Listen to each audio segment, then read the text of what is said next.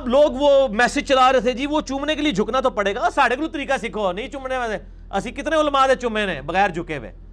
ٹھیک ہے نا، طریقہ بھی سیکھو نا،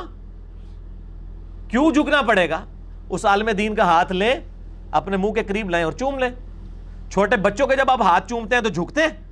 بچوں کے ہاتھ یوں پکڑ کے چومتے ہیں نا، طریقہ تو انہوں بھی پتا ہے، لیکن انجینئر صاحب دسن کے تو سمجھ آئے گی نا، ٹھیک ہے نا۔ اب لوگ وہ میسج چلا رہے تھے جی وہ چومنے کے لیے جھکنا تو پڑے گا، ساڑھے کو طریقہ سیکھو، نہیں چومنے والے اسی کتنے علماء دے چومے نے بغیر جھکے ہوئے،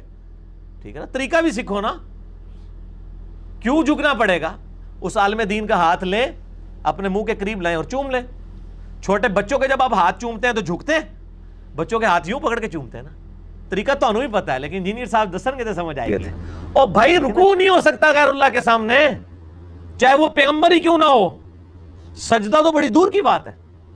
یہ صحیح بخاری و مسلم دونوں کا میں نے حوالہ دیا۔ اور وہ کہتے ہیں کہ نبی صلی اللہ علیہ وسلم جب سواری پہ نماز پڑھتے تو سجدہ کرنے کے لیے صرف سر مبارک سے اشارہ کیا کرتے تھے، بس، ٹو باؤ ڈاؤن۔ یہ میں باؤ ڈاؤن بتا رہا ہوں، یہ بھی خدا کے سامنے خاص ہے، رکوع سے بھی بہت آگے چلے گئے تھے۔ اور بھائی رکوع نہیں ہو سکتا غیر اللہ کے سامنے، چاہے وہ پیغمبر ہی کیوں نہ ہو، سجدہ تو بڑی دور کی بات ہے۔ سچے ہیں غیر اللہ کے لیے جھکنا، جسے ہم کہتے ہیں انگلش میں ٹو باؤ ڈاؤن، سر تسلیم کو خم کرنا،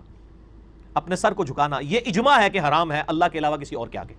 اتنا کہ ہاتھ گھٹنوں کو لگ جائیں۔ اور یہ مسئلہ بھی فقہ حنفی میں باقاعدہ بار شریعت کے اندر لکھا ہوا ہے۔ ناظرین، ہم نے ثبوت پیش کر دیے ہیں، مرزا نے سجدہ تلاوت کرتے ہوئے بھی عملاً سجدہ تلاوت کر کے دکھایا، اور اس کے اندر سر کتنا جھکایا وہ بھی آپ نے دیکھ لیا، وہ آپ کے سامنے ہے۔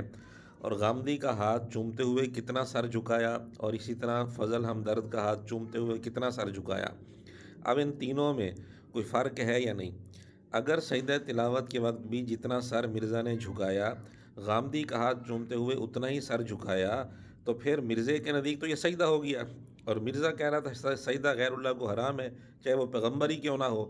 اور رکوع بھی حرام ہے وغیرہ وغیرہ، یہ سارے فتوے مرزا نے لگائے، جبکہ اس کا اپنا عمل کیا ہے وہ بھی ہم نے آپ کے سامنے ثبوت پیش کر دیے۔ اب فیصلہ ہم آپ پر چھوڑتے ہیں۔ پھر عجیب بات ہے کہ مرزا نے بخاری مسلم کے حوالے سے جو حدیث پڑھی کہ حضور علیہ الصلوۃ والسلام نفل نماز جب سواری پر پڑھتے تھے تو سجدہ اشارے سے کرتے تھے،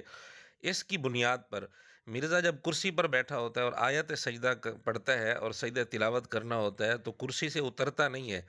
بلکہ کرسی پر بیٹھے بیٹھے سر جھکا کر سجدہ کر لیتا ہے، جبکہ اس طرح کا کوئی ثبوت کرسی کے متعلق حدیث میں نہیں، لیکن مرزا نے سواری والی حدیث کو بنیاد بنا کر یہ عمل کیا، تو یعنی کرسی کو اس نے سواری پر قیاس کر لیا، حالانکہ پوری امت میں کسی نے بھی اس مسئلے میں کرسی کو سواری پر قیاس نہیں کیا۔ تو مرزا خود کہتا ہے کہ جی قیاس کرنا ہی ہے تو انسانوں والا قیاس کیا کرو، جانوروں والا نہ کیا کرو، تو یہ قیاس انسانوں والا نہیں ہے، جانوروں والا ہے، کیونکہ امت میں کسی نے بھی یہ قیاس اب تک نہیں کیا۔